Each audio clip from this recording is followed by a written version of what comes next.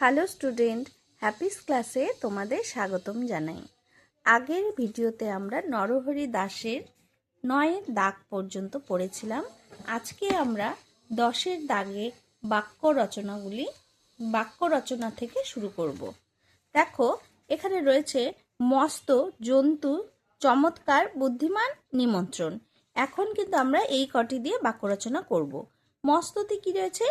ঋষির বাড়ির বাগানে একটা মস্ত বড় কদম গাছ আছে। জন্তু, শীতকালে চিড়িয়াখানায় গিয়ে নানা রকম জন্তু জানোয়ার দেখা যায়।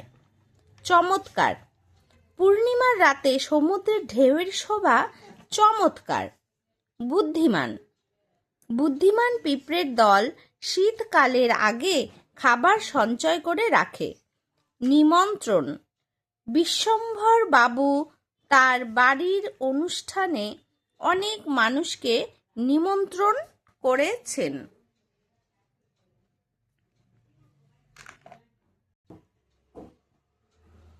এগারো দাগে রয়েছে এলোমেলো ঘটনাগুলিকে সাজিয়ে লেখো। আচ্ছা, ছাগল ছানাটা ভারী বুদ্ধিমান ছিল। সে বললে, 50 ভাগে মোর এক এক গ্রাস। সকালে ছাগল ছানা বাড়ি ফিরে এলো। খেয়ে তার পেট এমন ভারী হলো যে সে আর চলতে পারে না। সেদিন রাতে একটা গর্তের ভেতরে একটা ছাগলছানা থাকলো। সে শুয়ে বাঘ 25 হাত লম্বা এক এক লাফ দিয়ে শিয়ালকে শুদ্ধ নিয়ে পালালো। এ কথা শুনে ষাঁড় তাকে নিয়ে বনে গেল। সেই গর্তটা ছিল একটা শিয়ালের। বাঘ তো শিয়ালকে বেশ করে লেজের সঙ্গে বেঁধে নিয়েছে। ছাগলছানা ষাঁড়ের সঙ্গে বনে যেতে চাইল। শিয়াল ফিরে এসে গর্তের ভেতরে কে ঢুকেছে তা জানতে চাইল। শিয়াল গেল বাঘের কাছে নালিশ জানাতে। শিয়াল বাঘের সঙ্গেই সেই গর্তের কাছে যেতে ভয় পাচ্ছিল। ছাগলছানা বলল, দূর হতভাগা, তোকে দিলুম 10 ভাগের করি, এক বাঘ নিয়ে এলি লেজে দিয়ে দড়ি।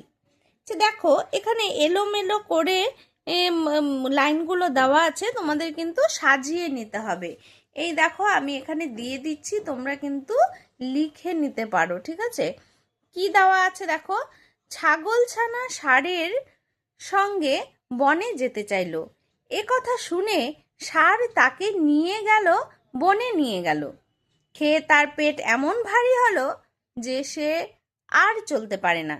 সেদিন রাতে একটা গর্তের ভেতরে একটা ছাগলছানা থাকলো। সেই গর্তটা ছিল এক শিয়ালের। শিয়াল ফিরে এসে গর্তের ভেতরে ঢুকেছে তা জানতে চাইল। ছাগল ছানাটা ভারী বুদ্ধিমান ছিল। সে বললে, 50 বাঘে মোর এক এক গ্রাস। শিয়াল গেল বাঘের কাছে নালিশ জানাতে। শিয়াল বাঘের সঙ্গেই সেই গর্তের কাছে যেতে ভয় পাচ্ছিল। বাঘ তো শিয়ালকে বেশ করে লেজের সঙ্গে বেঁধে নিয়েছে। ছাগলছানা বলল, দূর হতভাগা, তোকে দিলুম 10 বাঘের কড়ি, এক বাঘ নিয়ে এলি লেজে দিয়ে দড়ি। সে শুনে বাঘ 25 হাত লম্বা এক এক লাফ দিয়ে শিয়ালকে শুদ্ধ নিয়ে পালালো। সকালে ছাগলছানা বাড়ি ফিরে এলো। আচ্ছা, এই ছিল এলোমেলো ঘটনাগুলি সাজিয়ে লেখা। তোমরা স্ক্রিনশট নিয়ে সুন্দর করে পড়ে নিও, ঠিক আছে? নিচের প্রশ্নগুলির উত্তর লেখো। এই গল্পে কাকে তোমার বুদ্ধিমান বলে মনে হয়েছে? তোমার এমন মনে হওয়ার কারণ কি? আচ্ছা দেখো, নরহরি দাস গল্পে আমার ছাগলছানাকেই বুদ্ধিমান বলে মনে হয়েছে। ছাগলছানা তার বিপদের সময়ে বুদ্ধির জোরে শেয়াল এবং হিংস্র বাঘের থেকে আত্মরক্ষা করেছে। সে জানে কিভাবে শেয়াল এবং বাঘের ভয় দেখানো যাবে। তাই সে প্রথমে শেয়ালের কাছে নিজেকে সিংহের মামা নরহরি দাস বলে পরিচয় দেয়।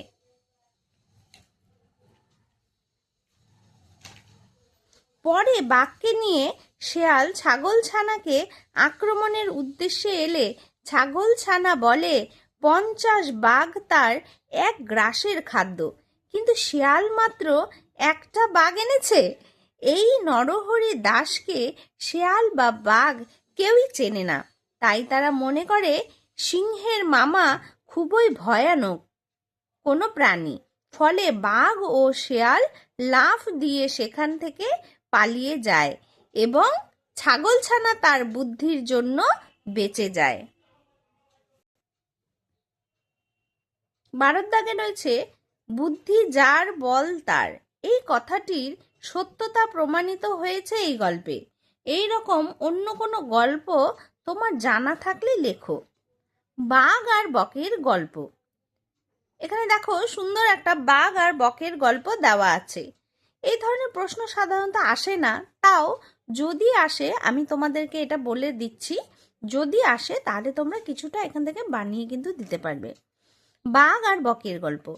একদিন একটা ক্ষুধার্ত বাঘ একটা ভেড়ার বাচ্চা শিকার করছিল। যেহেতু তার খুব খিদে পেয়েছিল তাই সে তাড়াতাড়ি করে সেই ভেড়ার মাংস খাচ্ছিল। খেতে খেতে অসাবধানতায় তার গলায় হাড় ফুটে গেল। বেচারা বাঘ তো আর মুখ বন্ধ করতে পারছিল না। অনেক চেষ্টা করেও সে হাড় বেরোচ্ছিল না। তখন একটা বক সেখানে উড়ে যাচ্ছিল। বাঘ ভাবল বক যদি তার গলায় কাঁটাটা বার করে দেয় তবে একদিকে সে যেমন মুক্তি পাবে তেমনি সে নতুন শিকারও পাবে। তাই সে বককে বলল তার লম্বা ঠোঁট দিয়েই সে কাঁটাটা বার করে দিতে। কিন্তু বুদ্ধিমান বক জানতো বাঘের উদ্দেশ্য কি ছিল, তাই সে বুদ্ধি করে বলেছিল মাছ খেয়ে খেয়ে তার ঠোঁটের ধার কমে গেছে, তাই তার ঠোঁট দিয়ে বাঘের গলার হাড় বেরোবে না। বাঘ তখন নিরুপায় হয়ে মন খারাপ করে বসেছিল, আর বক আত্মরক্ষা করে উড়ে গেল। তারপরে আমরা চলে যাব 13 দাগে। 13 দাগে কি রয়েছে? গল্প থেকে অন্তত 5টি সর্বনাম খুঁজে নিয়ে লেখো এবং সেগুলি ব্যবহার করে একটি করে বাক্য লেখো। গল্প থেকে পাওয়া 5টি সর্বনাম শব্দ হলো সেখানে, যেখানে, সে, তুমি, আমি, তার। তাহলে প্রথমে ছিল যেখানে। যেখানে দিয়ে আমরা বাক্য রচনা করি। পথের বাঁকে যেখানে একটা অনেক পুরনো বট গাছ আছে সেখানে ছেলেমেয়েরা খেলছে। সে বন্ধুর চিঠির অপেক্ষায় সে দিন গুনছে। বন্ধুর চিঠির অপেক্ষায় সে দিন গুনছে। তুমি শরৎকালে তুমি কি কখনো কাশবন দেখতে গিয়েছ? আমি পাহাড়ের কোলে সূর্যাস্ত দেখেছি। তার বাড়ির ছাদে অনেক গাছ আছে। এবার আমরা চলে যাব 14 দাগে। কারণ কি লেখো। দেখো বলছে ছাগলছানা গর্তের বাইরে যেতে পেত না কেন? এটা কারণটা কি, কেন যেত না ছাগলছানা গর্তের বাইরে? ছাগলছানা গর্তের বাইরে যেতে পেত না কারণ সে তখনও বড় হয়নি। বাইরে গেলে ভাল্লুক, বাঘ, সিংহ তাকে আক্রমণ করতে পারে। 14-2 ষাঁড় এসে বলল এখন চলো বাড়ি যাই। ষাঁড় এসে ছাগলছানাকে বাড়ি যেতে বলেছিল কারণ তখন সন্ধে হয়ে গিয়েছিল।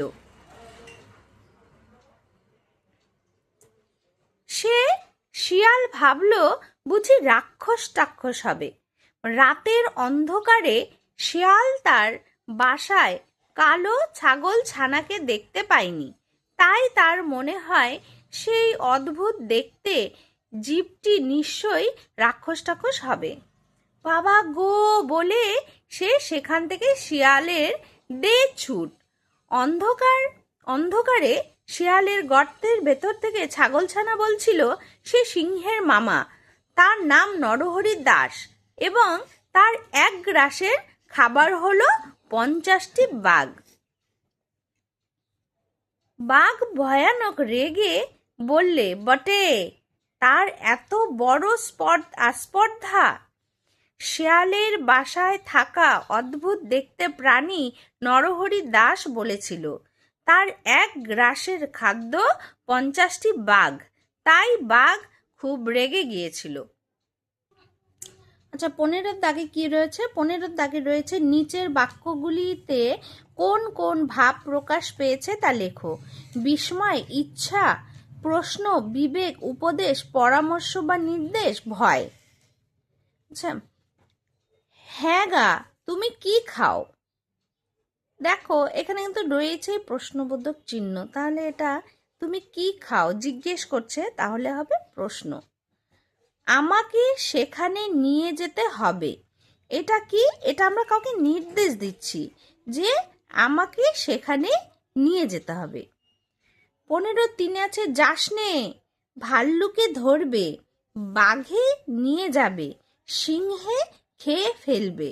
তার মানে এটা কি? এটা আমরা কাউকে উপদেশ দিচ্ছি, তাই এটা হবে উপদেশ। এখন চলো বাড়ি যাই, এটাও কিন্তু আমরা নির্দেশ করছি, মানে কাউকে বলছি এখন চলো বাড়ি যাই। আচ্ছা, 15-5 শুনেই তো শেয়াল বাবা গো বলে সেখান থেকে দে ছুট। মানে এটা কি? বাবা গো বলে সেখান থেকে ছুট দিয়ে পালিয়ে গেল, তাহলে কি? ভয় পেল, তাহলে এটা হবে ভয়। কি ভাগ্নে, এই গেলে আবার এক্ষুনি এত ব্যস্ত হয়ে ফিরলে যে? এই দেখো এখানে আবার প্রশ্নবোধক চিহ্ন, তার মানে এটা প্রশ্নবোধক চিহ্নই হবে। দেখো 16 দাগে কি রয়েছে?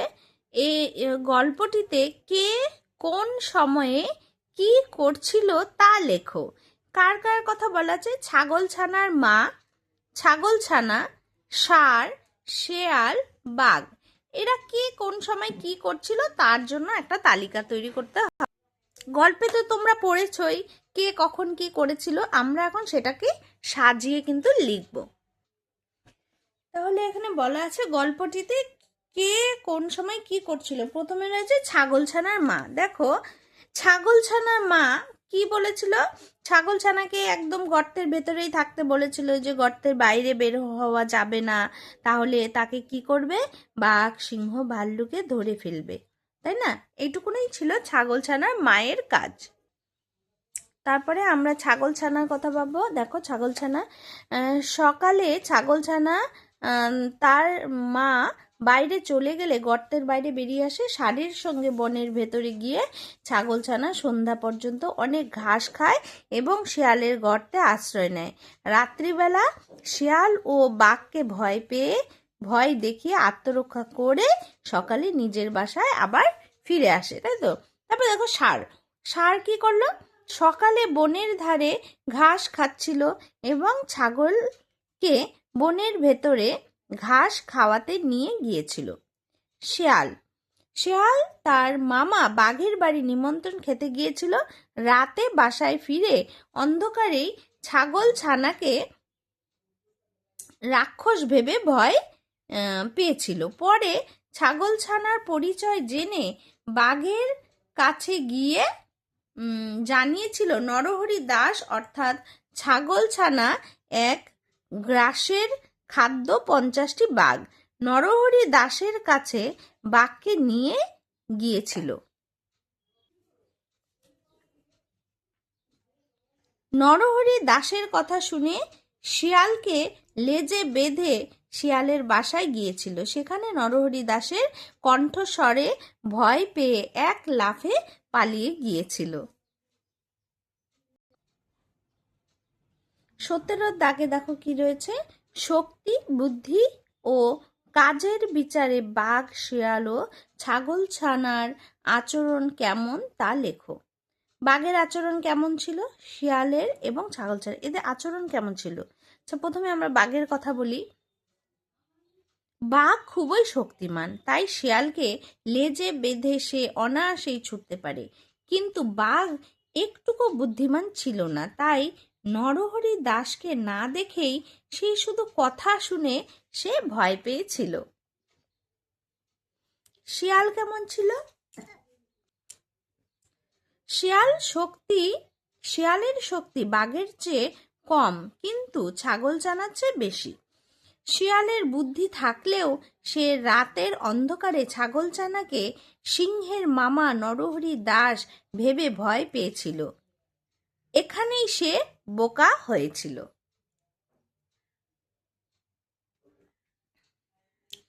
ছাগলছানা, বাঘ বা শিয়ালের তুলনায় ছাগলছানা ছিল শক্তিহীন এবং নিরীহ। কিন্তু শিয়ালকে দেখে সে ভয় না পেয়ে নিজেকে সিংহের মামা বলে ভয় দেখায় এবং বাঘকেও সে যেভাবে ভয় দেখিয়ে নিজেকে বাঁচায় তাতে তার তীক্ষ্ণ বুদ্ধির পরিচয় পাওয়া যায়। দেখো 18 দাগে কি বলেছে, নিম্নলিখিত অংশে উপযুক্ত ছেদ ও জ্যোতি চিহ্ন বসাও। মানে খেয়ে তার পেট, এখানে দেখো কোথাও দাড়ি কমা কিছু নেই এই লাল অংশটুকুতে, তাই না? তাহলে এখানে তোমাদের দাড়ি কমা কিন্তু বসাতে হবে। খেয়ে তার পেট এমন ভারী হলো যে, এই যে দেখো যের কাছে কিন্তু কমা চিহ্ন, সে আর চলতে পারে না। দাড়ি। সন্ধে হলে ষাঁড় এসে বললে এখানেও আবার কিন্তু দাড়ি। এখন চলো বাড়ি যাই, সেখানেও দাড়ি। কিন্তু ছাগলছানা কি করে বাড়ি যাবে প্রশ্ন, তাহলে এই যে প্রশ্নবোধক চিহ্ন। সে চলতেই পারে না, দাড়ি। তাই সে বললে, তুমি যাও, আমি কাল যাব। তুমি যাও, এখানে কিন্তু কমা, আমি কাল যাব, তারপর দাড়ি। 19 দাগে কি রয়েছে, নিচে শব্দগুলির বিপরীতার্থক শব্দ লেখো। প্রত্যেকটা শব্দের বিপরীত শব্দ লেখো। এগুলো কিন্তু তোমরা সব ক্লাস 3তেও পেয়েছো। এগুলো তাই তোমাদের নতুন না, তোমরা শুধু একবার করে দেখলেই কিন্তু তোমাদের মুখস্থ হয়ে যাবে। কি কি দেওয়া আছে? মস্ত হবে ছোট, ব্যস্ত, সুস্থির, দূর, নিকট, বাইরে, ভেতরে, নিঃশ্বাস, প্রশ্বাস, লম্বা, বেটে, সর্বনাশ, মঙ্গল। 20 দাগে রয়েছে দেখো, এই গল্পে শিয়ালকে নাকাল হতে দেখা গেছে। তুমি আরো এমন দুটি গল্প সংগ্রহ করো যেখানে একটিতে শিয়াল তার বুদ্ধির জোরে জিতে গেছে এবং অন্যটিতে সে তা পারেনি। আচ্ছা, এটা হলো এই ধরনের গল্প কিন্তু তোমরা তোমাদের ক্লাস টিচারের কাছে শুনতে পারো, বাবা মায়ের কাছে শুনতে পারো, বা বই মেলায় যখন আসবে বই মেলা থেকে কিন্তু তোমরা ছোটদের গল্পের বই কিনে সেখান থেকে কিন্তু পড়বে। হ্যাঁ, সেখানে বিভিন্ন ধরনের মজাদার গল্পের বই পাওয়া যায়। এটার উত্তর আমি বলছি না, এটা তোমরা নিজেরা পড়বে, ঠিক আছে?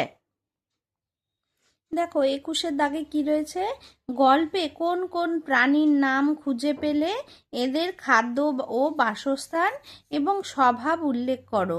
যেমন গল্পে ছাগল, ষাঁড়, শিয়াল, সিংহ ও বাঘের নাম পাওয়া গেছে। এদের খাদ্য, বাসস্থান ও স্বভাব কেমন দেখে নেওয়া যাক। ঠিক আছে, এই যে দেখো এই আমি চারটা দিয়ে দিচ্ছি, তোমরা এটা কিন্তু স্ক্রিনশট নাও, নিয়ে অবশ্যই পড়ে নিবে। আর এখানে যতগুলি প্রশ্নের উত্তর পড়ানো হয়েছে প্রত্যেকটা কিন্তু ভালো করে পড়বে এবং খাতায় তোমরা নোট করে পড়বে। এই এদের সম্পর্কে দেখো, খাদ্য, বাসস্থান, স্বভাব সব দেওয়া আছে, তোমরা কিন্তু স্ক্রিনশট নিয়ে অবশ্যই পড়ে নেবে। 22 দাগে কি রয়েছে, নিচের প্রশ্নগুলির উত্তর নিজের ভাষায় লেখো। আচ্ছা, ছাগলছানার মা তাকে কিভাবে সাবধান করত, তার ভয় কাটলো কিভাবে? আচ্ছা, ছাগলছানা বাইরে বেরোলেই তাকে ভাল্লুকে ধরবে, বাঘে নিয়ে যাবে কিংবা সিংহে খেয়ে ফেলবে বলে ছাগলছানার মা তাকে সাবধান করত। ছাগলছানা একটু বড় হলে তার সাহস বেড়ে যায়, তাই সে তার ভয় কেটে গিয়েছিল।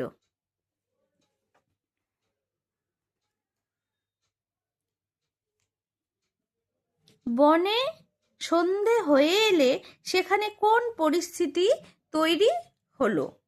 আচ্ছা, বনে সন্ধে হয়ে এলে বাড়ি বাড়ি ফেরার জন্য ষাঁড় ছাগলকে ডাকতে আসলো, কিন্তু ছাগলছানা বনে গিয়ে এত ঘাস খেয়েছে যে তার পেট খুব ভারী হয়ে গিয়েছিল, তাই ছাগলছানা সেদিন আর বাড়ি ফিরতে পারেনি। সে শেয়ালের গর্তে আশ্রয় নিয়েছিল। ছাগলছানাকে শেয়াল ভয় পেল কেন? বাঘের বাড়ি নিমন্ত্রণ খেয়ে ফিরে এসে রাতের অন্ধকারে শিয়াল বুঝতে পারেনি তার বাসায় কে ঢুকেছে, তাই সে গর্তের ভেতরে কে আছে জিজ্ঞাসা করলে শিয়ালের গর্তে থেকে ছাগলছানা উত্তর দেয়, সে সিংহের মামা নরহরি দাস এবং তার এক গ্রাসের খাদ্য 50টি বাঘ। এই কথা শুনে শিয়াল ভয় পেল। 22-এর 4 নম্বরে আছে বাঘের ওপর শেয়ালের রাগ হওয়ার কারণ লেখো। নরহরি দাসকে ভয় পেয়ে শেয়াল বাঘের কাছে নালিশ জানাতে যায়। বাঘও সাহসীর মতোই সেই নরহরি দাসকে দেখতে যাবে স্থির করে, কিন্তু বাঘ যখন শেয়ালকে লেজে বেঁধে শেয়ালের বাড়ি নিয়ে গিয়ে পৌঁছায়, তখন নরহরি দাসের কণ্ঠস্বর শুনে এক লাফে সে পালাতে চায়। আর তখন শেয়াল আছড় খেয়ে, হোঁচট খেয়ে, ধাক্কা খেয়ে ভীষণ আহত হয়। তাই শেয়ালের সেদিন বাঘের ওপর রাগ হয়েছিল। আর এখানে দেখো 23-এর দাগে রয়েছে ছবির সঙ্গে মানানসই বাক্যটি লিখে গল্পটি সম্পূর্ণ করো। এগুলো কিন্তু তোমরা দেখে দেখে নিজেদের স্কুলে বন্ধুদের মধ্যে আলোচনা করে নিবে। 24-এর দাগেও এরকম কিছু রয়েছে, দেখো এগুলো কিন্তু তোমরা নিজেরা করে নিবে, ঠিক আছে? মজার ছলে এগুলো করে নিবে। আজকে তাহলে এই পর্যন্তই, আবার পরের ভিডিওতে আমাদের কথা হবে। আর যে প্রশ্নগুলি আমি উত্তর ভালো করে তোমাদের বলে দিলাম, প্রত্যেকেই কিন্তু প্রশ্নের উত্তরগুলো ভালো করে মুখস্থ করবে, ঠিক আছে? আর আমার পড়ানো যদি তোমাদের ভালো লেগে থাকে তাহলে অবশ্যই আমার চ্যানেলটাকে তোমরা সাবস্ক্রাইব করে দিবে।